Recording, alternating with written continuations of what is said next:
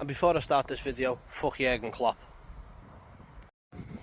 Alright, welcome to Falcon Blues TV and the final game of the season.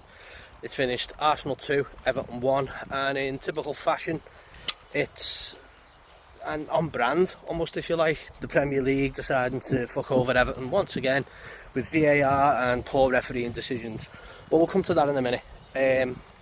Thought Everton were excellent, Everton were absolutely superb. Today I've decided to just go for a walk. I'm walking the dog instead, so I thought I'd do this video while I'm walking, a bit easier.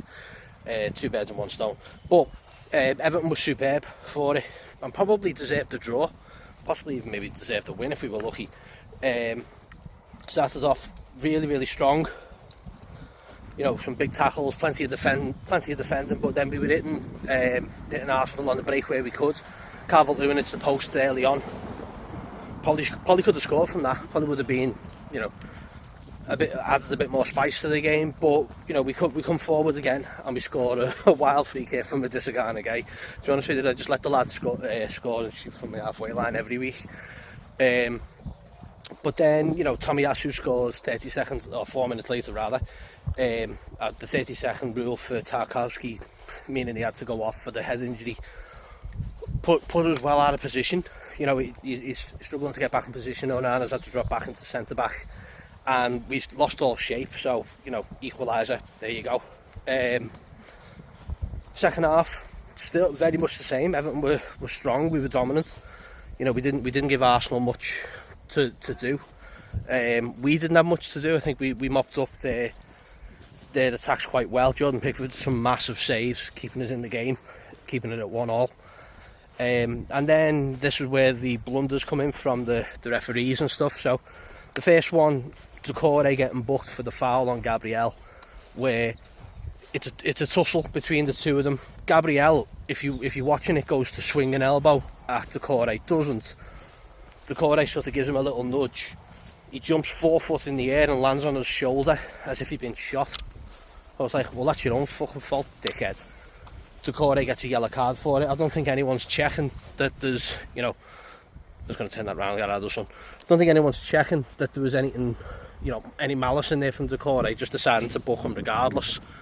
And then Gabriel goes off a few minutes later with a damaged shoulder. So, mate, it's your own fault, you cheating little shitbag.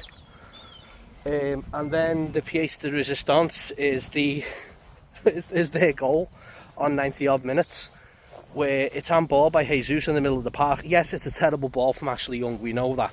Absolute shit show. You know, I'm sure there'll be plenty of talking about Ashley Young's pass rather than and the handball.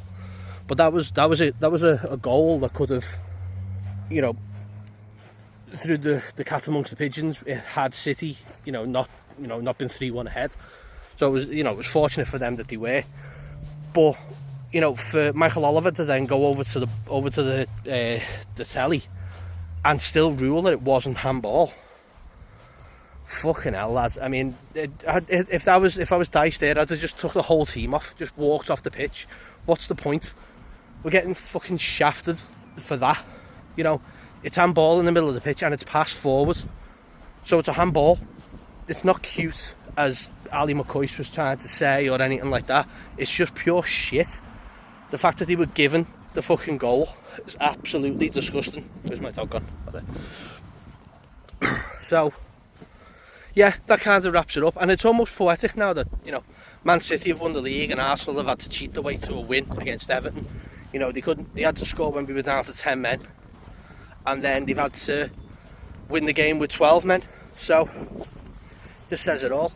So, listen, I'm going to sign off now, but I hope you've all enjoyed the season as best you can. I know the deductions and some poor performances have been there, which have sort of pissed everyone off and wound everyone up to death. But I just hope you enjoyed the summer. You know, the Euros are coming up now. Go and enjoy yourselves, go and have a beer, go and have a drink on, and just try not to worry about the summer. It's going to be difficult. It's going to be a very tough summer.